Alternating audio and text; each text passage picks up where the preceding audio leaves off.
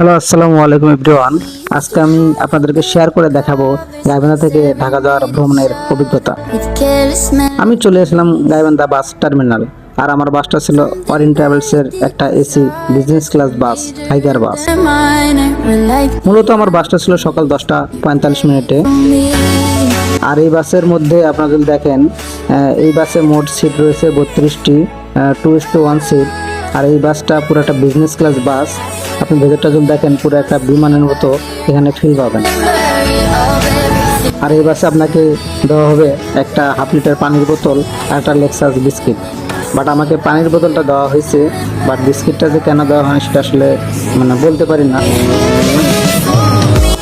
তারপর আমরা গাইবান্ধা থেকে চলে আসলাম ডাইরেক্ট বগুড়া শেরপুর ফুটবলে গিয়ে।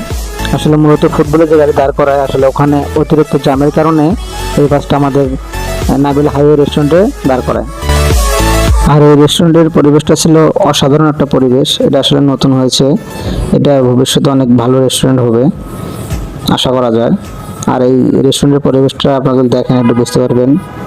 আর রেস্টুরেন্টটা একটু ফাঁকা ফাঁকা ছিল, কারণ আসলে এদের পরে গাইবান্ধা থেকে ঢাকা আসলে লোকজন একটু কমে আসে। তারপর এখানে খাওয়া দাওয়া শেষ করে আমি কাঙ্ক্ষিত গাড়ির কাছে চলে আসলাম। একটু পিছন ফিরে দিলে আমি তাকালাম, দেখলাম যে নতুন যে অপরটা গ্রিন লাইন ডাবল ডেকার, সেই বাসটা হুট করে চলে আসলো। আসলে অসাধারণ একটা বাস এই গ্রিন লাইন। তারপর আমি খাওয়া দাওয়া শেষ করে একটু রেস্ট নিলাম। তারপর চলে আসলাম সে কাঙ্ক্ষিত টোল প্লাজা যমুনা সেতু।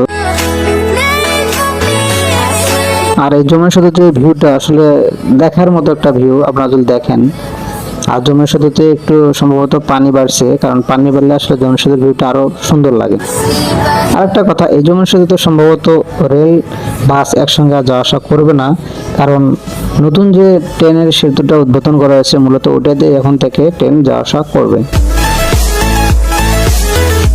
আর এই সেতুতে যখন বাস ট্রেন একসঙ্গে চলছিল, তখন আসলে ট্রেনের স্পিডটা অনেক কম ছিল। সেই কারণে মূলত নতুন করে ওই ট্রেনের যে সেতুটা ওটা উদ্বোধন করা হয়। আর আমি ভিডিও করতে করতে কখন ক্লান্ত হয়ে ঘুমাই গেছি, পরে আর ভিডিও করতে পারি নাই। আর আমার ভিডিওটা সবাইকে শেষ পর্যন্ত দেখার জন্য সবাইকে অসংখ্য ধন্যবাদ।